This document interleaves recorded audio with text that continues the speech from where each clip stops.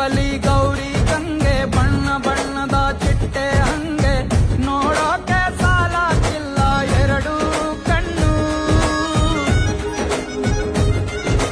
ಗಂಡು ಹೈಕಳು ಬೆಪ್ಪಾದವ್ರೆ ಬೆರಗು ಕಣ್ಣಲ್ಲಿ ನೋಡ್ತಾ ಅವ್ರೆ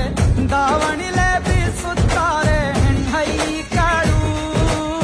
ರೊಟ್ಟಿ ಊಟ ಉಣ್ಣಂಗಿಲ್ಲ ಹಬ್ಬದೂಟ ತಳ್ಳಂಗಿಲ್ಲ ಗಂಟ ಜಗಳ ಆಡಂಗಿಲ್ಲ ನಮ್ಮ ಊರಲ್ಲಿ